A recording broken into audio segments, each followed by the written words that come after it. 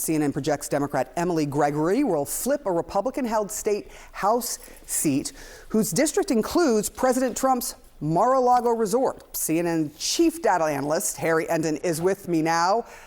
I mean, ouch. How delicious for Democrats this morning. My goodness gracious, they're waking up. Maybe they're going to get brunch at Mar-a-Lago and say yummy, yummy, because this result will make their stomachs feel quite good indeed. Florida's 87th House District election margin. Sarah is laughing over there. Look at this. In 2024, Donald Trump won it by 11 points. Look at this swing all the way to the left. We got Gregory, the Democrat, winning it by 2 points in this state house special election. I will also note that they flipped a state Senate district as well further north in the state. So double fun for Democrats in a state that they have been struggling with. Democrats have lost so much power in Florida over the last decade, and then they're able to win in Donald Trump's backyard. Democrats are absolutely loving it this morning. I'm laughing because you said that they were going to have brunch at Mar-a-Lago. Yummy, yummy. Really? Really? Is that what's going to happen? Food is always on my mind because I intermittent fast. Clearly.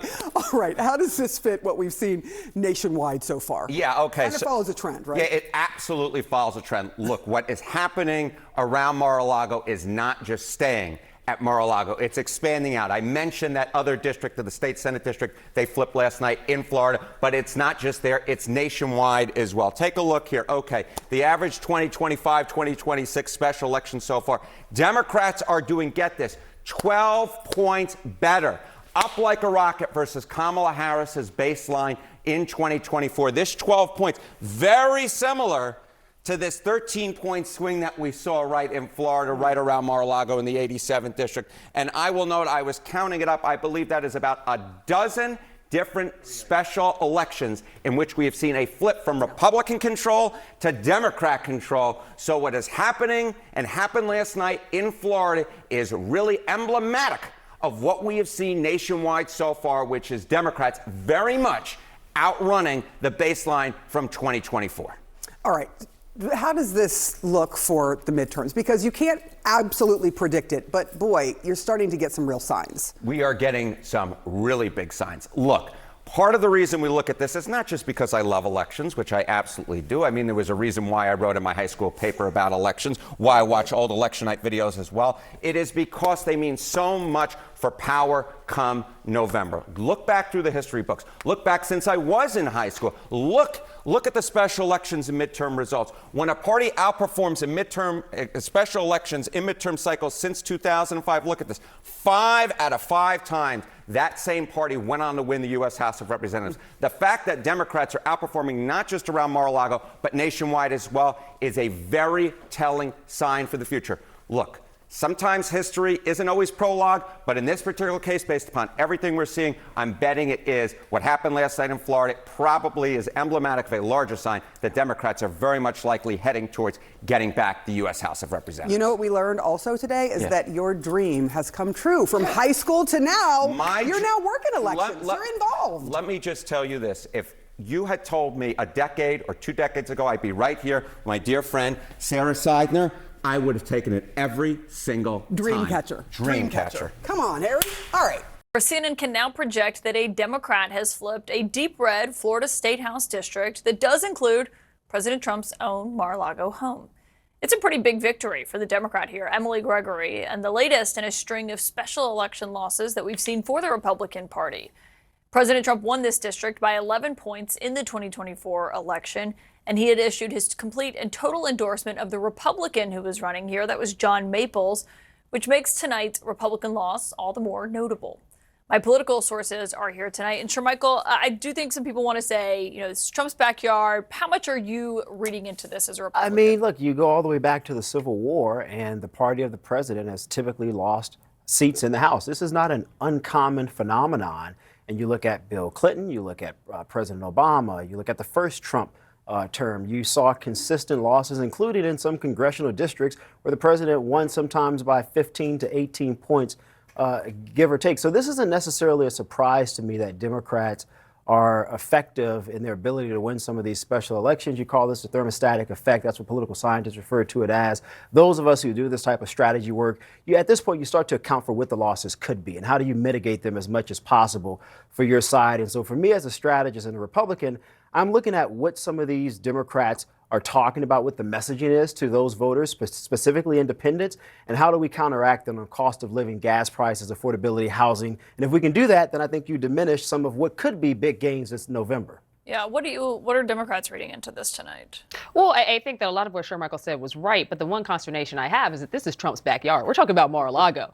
Yes, Democrats are poised to take the House back, but Trump's backyard is an entirely different place.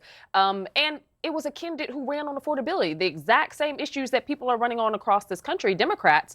And, the White House has no answer for it. Everything that this president has done has actually increased costs. We know that the war in Iran is causing gas to go up. We know that it is shifting the markets. We know that the cost of living has continued to rise, housing, food, you name it. And that message plays well even in a place like Mar-a-Lago when people think opulence and superstar parties. At the end of the day, people want to be able to have an America where they felt like, pre-pandemic, they were able to afford things. They had best wishes for their children who graduated college. Now those same folks are still at home because they can't find jobs. Like the America they didn't get during the Biden administration. I get it. Those are all good. Trump has everything. Those are all White good points. House, he has the House, those are all good points. But I will say this. These special elections, in my opinion, are not indicative of where the entire Democratic Party is. And I think you would even acknowledge that the party as a whole is still struggling to figure out what its national message is. Let's talk more about this with T.W. Arrighi, former senior communications aide to Lindsey Graham and host of a new podcast along with his co-host Bill Evangelakis called What's Your Take? And Herbie Ziskin, former White House Principal Deputy Communications Director under President Biden. Good to have both of you here. TW, I'll begin with you since you've got this new podcast. Yeah. What does it say if Republicans can't hold on to the Mar-a-Lago district? Well, I always think it's a bit of a fool's errand, Laura, to look too deep into house races, state house Seriously? races. I do. I do. It could be a data point for Democrats to show they're making progress, but it's a race that I would be shocked if many people in Palm Beach were really tracking in their day-to-day lives. This is honest. But Trump endorsed the opponent. Obviously, he was tracking it. He sure did, and there were a lot of other races that Democrats have flipped before. But look, don't mistake these small things for macro things. So what I mean by that is if you look at the generic ballot right now, numbers just came out from Reuters the other day, Democrats hold a 2-point lead over Republicans in a generic congressional ballot. When you talk about 2018, the last big Democratic wave, this time they were up 9 points. That is a massive swing. Voters still believe that the Democrats have a massive brand problem. So I don't want to confuse perhaps Trump's dip in unpopularity with Democratic popularity. The energy's on the Democratic side, but we're a long way from Election Day 2026. What do you think, Herbie? I think this is a flashing bright red light for the Republican Party. This is a seat that the Republican in 2024 won by 19 points, and the Republicans just lost this seat. And it's not one data point, it's over 25 data points, over 24 races nationally in swing districts and Republican seats that Democrats have won since 2024. And it shows the president has 35% approval. He's deeply unpopular. This week, he's focused on paving the West Wing colonnade with black asphalt. He's not focused on lowering prices, the number one issue, and it's starting to hurt Republicans down ballot, and it's going to become a bigger and bigger problem for Republicans in a few months.